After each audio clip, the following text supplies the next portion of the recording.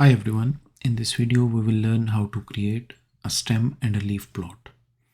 Stem and leaf plot comes from the field of exploratory data analysis. It is considered as a good choice when the data sets are small. To create the plot, we divide each observation of data into a stem and a leaf. The leaf consists of a final significant digit. For example, if we have 23, then in this case 2 will be considered as stem and 3 will be considered as leaf. If we have 432, in that case 43 will be considered as stem and leaf will have a value of 2. Now let's see how to make a stem and leaf plot with a small data set.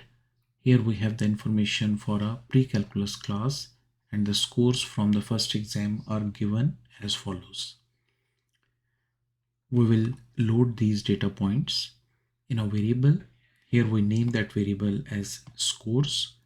We use the prompt operator and concatenate function. Once we type in these data points, we press run, and now we see that these data points are loaded in global environment. Once these data points are loaded in the environment, we can use the stem function in R to create a stem and leaf plot. So we type stem and in parentheses we type the name of the variable. In this case our variable name is scores.